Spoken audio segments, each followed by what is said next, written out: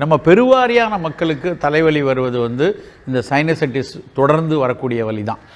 நிறைய லேசான ஒரு தும்மல் ஆரம்பிக்கும், இல்லைன்னா ஒரு மூக்கு அடைச்ச மாதிரி இருக்கும், மூக்கினுடைய நுனிப்பகுதியில் ஒரு அரிப்பு ஏற்படுற மாதிரி இருக்கும், சில நேரங்களில் கண் இமைகளில் அரிப்பு இருக்கிற மாதிரி இருக்கும்.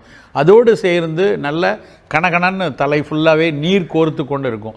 தலையை குனிந்தாலே, ஒரு புத்தகத்தை படிப்பதற்காக தலையை குனிஞ்சால் கூட உள்ளுக்குள்ளே நீர் ஓடுற ஒரு உணர்வு நமக்கு இருக்கும். பெருவாரியான மக்களுக்கு இது அலர்ஜியோடு இணைந்து இருக்கக்கூடியது. எங்கேயாவது ஒரு தூசி பக்கம் போயிட்டு வந்தாங்க, இல்லை சில நேரங்களில் வீட்டில் தாளிசம் பண்ணும் பொழுது அதில் ஏற்படுற புகையில், இப்படி பல காரணங்களில் ஒரு ஒவ்வாமையை ஒட்டி வரக்கூடியது தான் அந்த சைனசைட்டிஸுங்கிற ஒரு பிரச்சனை. அந்த சைனசைட்டிஸில் ஒரு குறிகுணமாக இருக்கிறது தலைவலி. அந்த வலி ரொம்ப ஒரு தீவிரமாகவும் ரொம்ப தன்னுடைய வேலைகளை செய்ய விடாத அளவுலையும் இந்த தலைவலி வரும்.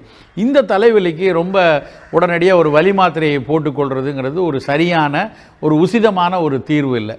உள்ளே இருக்கிற அந்த சைனசைட்டிஸை சரி பண்ணாமல் இந்த வெறும் தலைவலி மாத்திரையை போடுறதோ, இல்லைன்னா அந்த தலைவலிக்காக ஏதாவது ஒரு பூச்சிக்களை போடுறதோ ஒரு பெரிய பயன் தராது.